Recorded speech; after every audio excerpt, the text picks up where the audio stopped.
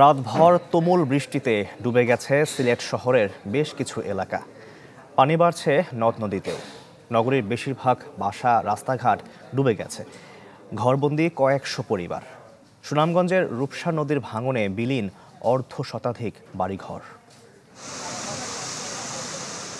চায়ের দেশ খ্যাত সিলেট নগরী এখন যেন দ্বীপাঞ্চল। রোববার রাতভর মুষল বৃষ্টিতে তলিয়ে গেছে নগরীর বেশিরভাগ এলাকা। বাসাবাড়ির দোকানপাট ও রাস্তাঘাট পানিতে ডুবে যাওয়ায় দুর্ভোগের শেষ নেই বাসিন্দাদের। অনেকের রান্নাঘর প্লাবিত হওয়ায় জ্বলছে না চুলা।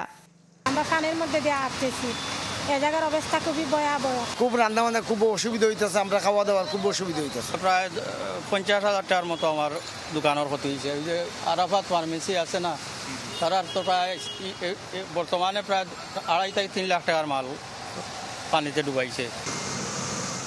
স্থানীয়দের অভিযোগ, সময় মতো সুরমা নদী খনন, শহরের ড্রেনেজ ব্যবস্থার উন্নতি না করায় এই হাল।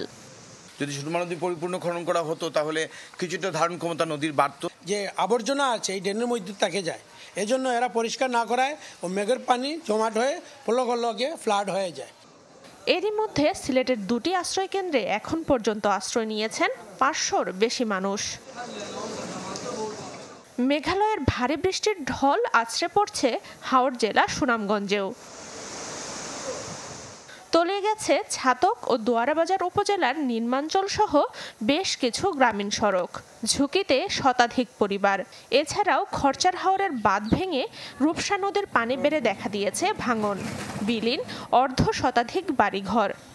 গরিবত ভাঙা আমার ঘরে সব কিছু নিয়ে গেছে। ধান ঘরের আলাইছি মালটাল, আর এখন যে গল্লো টানাটানি লাগছে স্যার, আমরা যে গড়ে থাকবো তার ক্ষমতা নাই। আবহাওয়া অফিস ও পানি উন্নয়ন বোর্ড জানিয়েছে, মেঘালয়ের চেরাপুঞ্জিতে বৃষ্টিপাত বাড়লে এপারে বন্যার শঙ্কা রয়েছে। সানজিদা শান্তা, চ্যানেল 24।